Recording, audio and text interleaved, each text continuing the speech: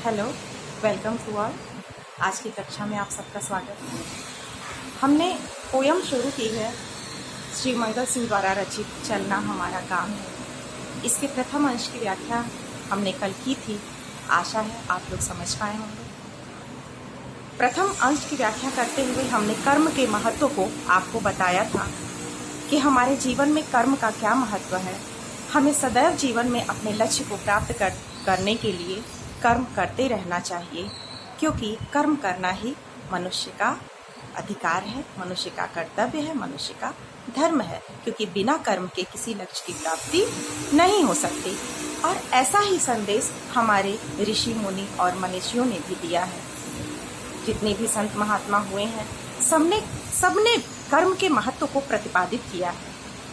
अकर्मण्यता को, आलसीपन को किसी ने सही नहीं माना है, किसी ने उसको उचित नहीं ठहराया। श्री मंगल सिंह सुमन अपनी कविता के प्रथम भाग में लिखते हैं, गति प्रबल पैरों में भरी, फिर क्यों रहूं दर दर खड़ा, जब आज मेरे सामने है रास्ता इतना बड़ा। जब तक न मंजिल पा सकूं तब तक न मुझे विराम है, चलना हमारा काम है। वो कहते हैं कि हम सब जीवन मार्ग के राही हैं, हम सब इस जीवन पथ पर चलने वाले पथिक हैं, और जब तक हमें अपनी मंजिल न मिल जाए हमें चलना रुकना नहीं चाहिए। हमें सदैव चलना चाहिए, कभी मार्ग में रुकना नहीं चाहिए। आगे अपनी इसी भावना को दूसरे अंश में कविता के उन्होंने इस प्रकार अभिव्यक्त किया है, कुछ कह लिया, कुछ सुन लिया, कुछ बोझ अपना बंट गया, अच्छा हुआ तुम मिल गई, कुछ रास्ता ही कट गया। क्या राह में परिचय कहूँ, राही हमारा नाम है, चलना हमारा काम। वो कहते हैं हम सब जीवन मार्ग के राही हैं।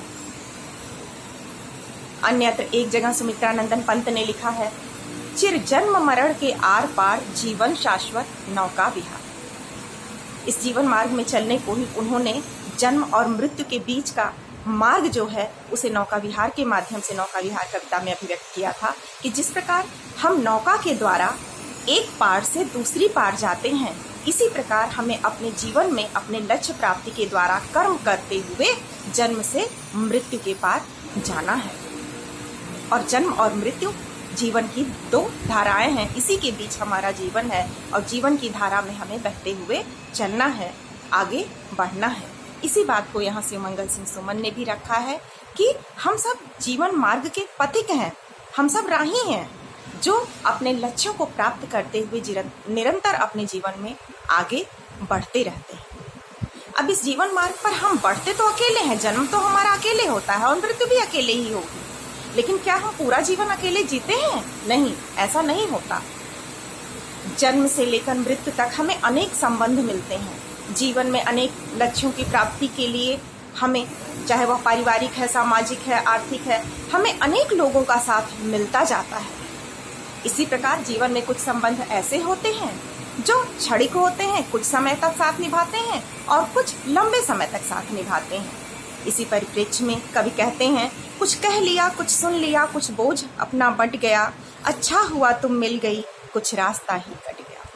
इसका अभिप्राय है, वह अपनी पत्नी या प्रेमिका की ओर संकेत करते हुए लिखते हैं कि इस जीवन मार्ग पर चलते हुए मुझे तुम्हारा साथ मिल गया, चलो बहुत अच्छा हुआ, क्योंकि इस सुखात्मक दुखात्मक जीवन में सुख दुख के अनुभवों को बांटने के लिए तुम मेरी एक साथी मिल गई, जिसके साथ अपना सुख दुख बांटते हुए मैं अपने जीवन मार्ग पर आगे बढ़ रहा हूँ। किंतु सदैव कोई साथ दे यह संभव नहीं है, फिर भी तुम्हारे साथ अपने सुख दुख को बांटते हुए मुझे बहुत अच्छा लगा कि मैं अपने सुख दुख को तुमसे बांटते हुए, तुमसे शेयर करते हुए जीवन के इस मार्ग पर आगे बढ़ता चला जा रहा हूँ।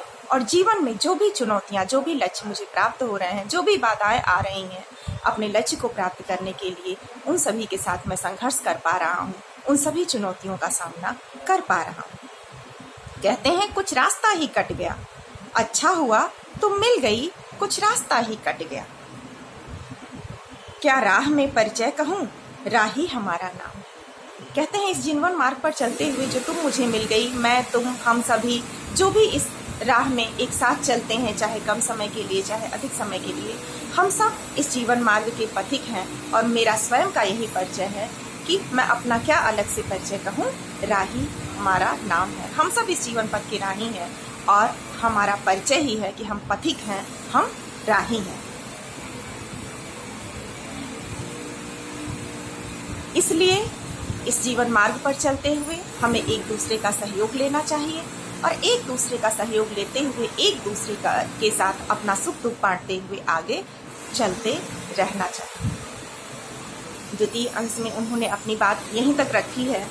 अगले कविता के अगले चरण में यानी तृतीय अंश में वो क्या कहते हैं, इसकी व्याख्या हम अगले पैराग्राफ में करेंगे। अगले पैराग्राफ की व्याख्या करते हुए इसकी चर्चा करेंगे।